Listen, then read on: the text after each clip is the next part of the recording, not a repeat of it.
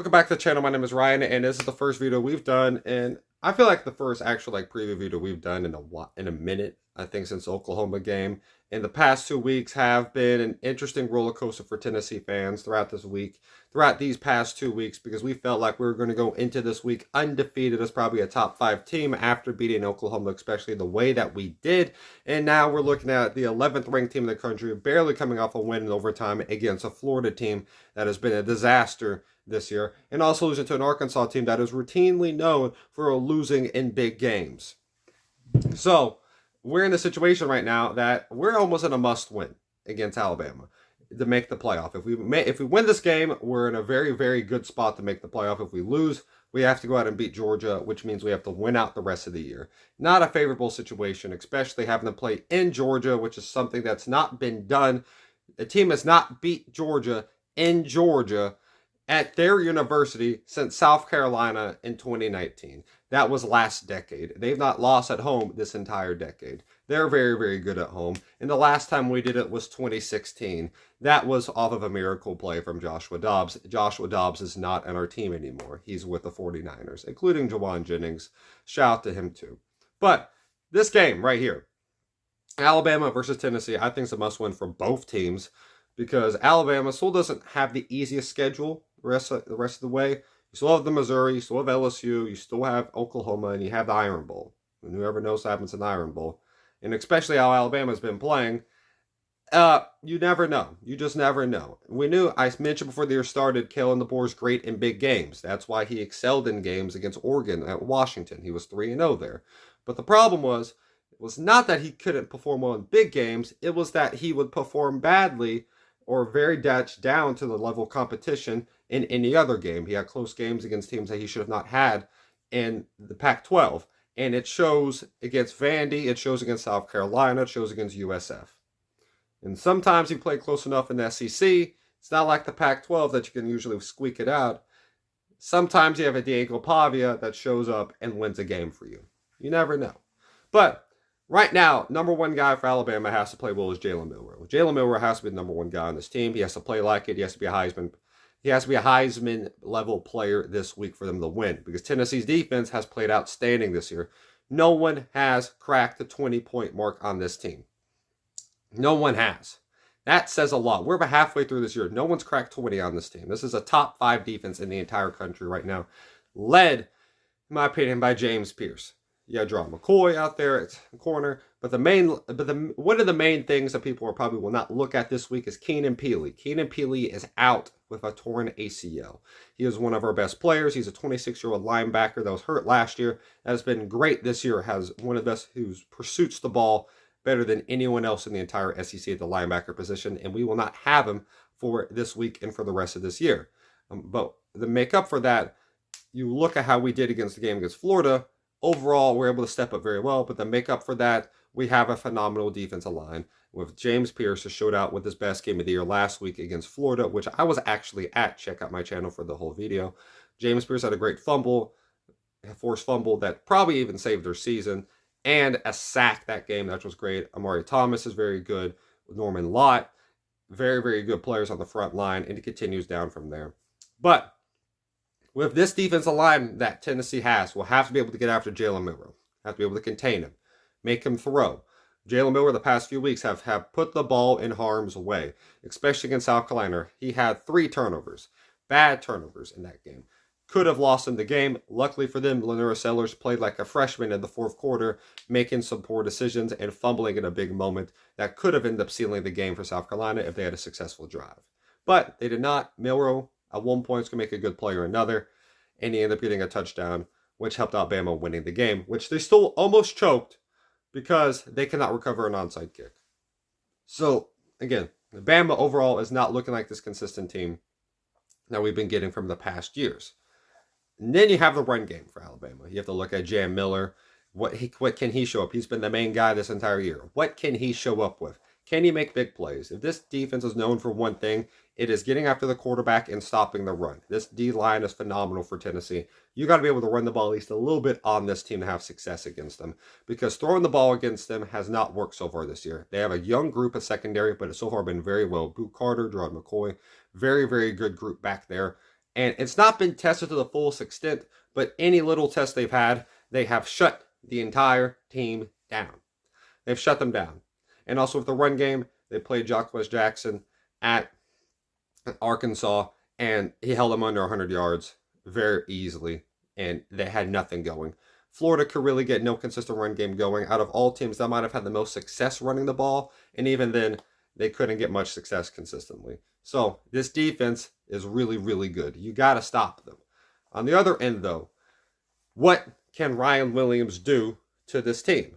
He's the main deep threat. Tennessee's not really had to deal with a lot of deep threats. I don't think they've had really a deep play allowed this year, but I don't remember many times teams have gotten deep on this team.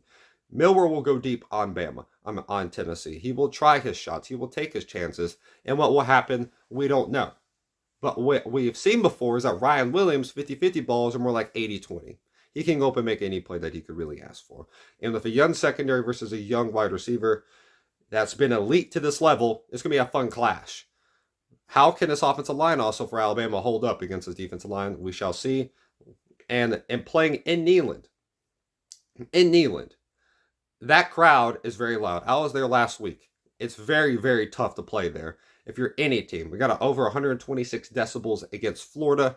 I bet we can do the same thing or more against Alabama because it's the third Saturday of October, baby. This is the big time. This is the biggest game of the year that we've had so far.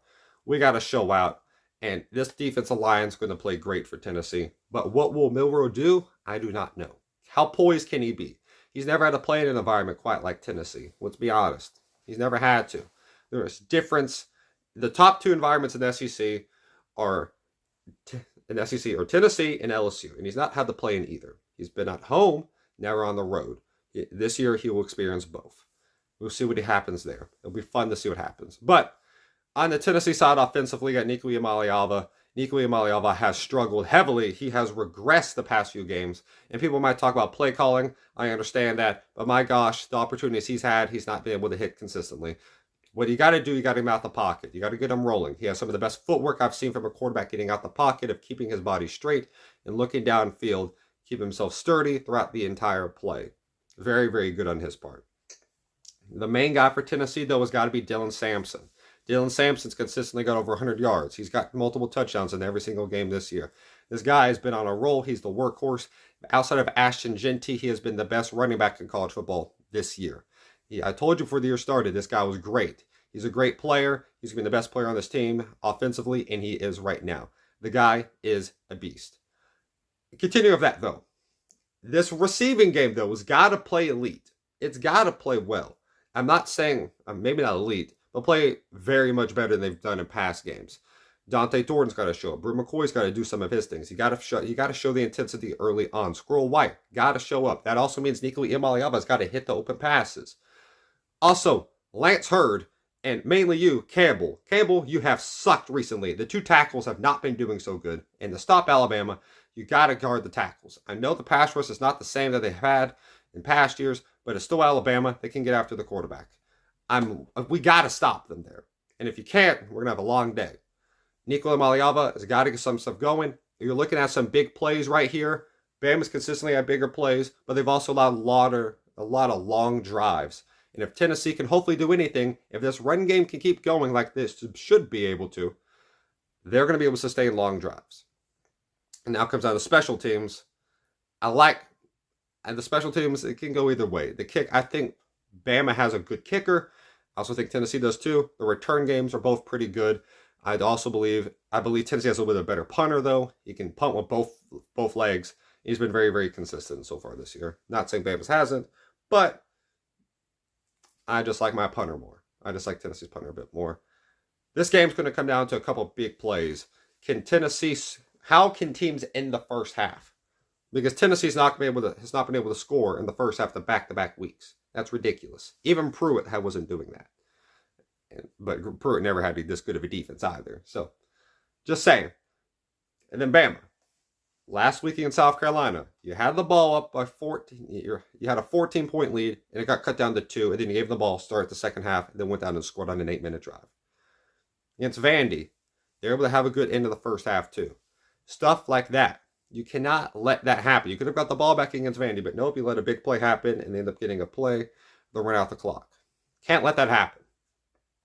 And Tennessee's going to have to be able to get, I'd say, at least 10 points in the first half to win this game. I think they will be able to do that. I think it will be a close game, but I do like the defensive ability from Tennessee. A tad bit more again after the pass rush. I think they're a little bit, they're more, if there's any consistent part of this game, it's going to be the defense of Tennessee. I think Milroe might have one or two big plays, but not enough to make a humongous difference compared to other teams have been able to. I believe the home environment of Tennessee will make a huge difference. I believe having a crowd like that swings the game by 6 points at possibilities. That includes missed kicks like Florida had. I bet they go out and make a kick in that overtime if it's at Florida. And also, I do believe that they don't have that 12 men on the field in the half like they had against Tennessee. I don't think they have that. That's a 6-point swing right there. The game went to overtime. I believe, talking about 6-point swings, I have Tennessee actually winning this game 27-21. I think Nico Maliava will make some plays, but this will be heavily dominated by Dylan Sampson. I believe he'll get over 100 yards. They'll get him in an open space. Runs up the middle will work slightly, but my gosh, they will have some dump passes to him. I like the little flip passes they do. Do that consistently. Get some short game going. Open it up. Spread them out. And then you let Dylan Sampson go crazy. I got Tennessee winning this game 27-21. Put down in the comments your own opinions about this. Hope you have a great day, y'all. Stay safe. And remember, keep God number one. God bless y'all.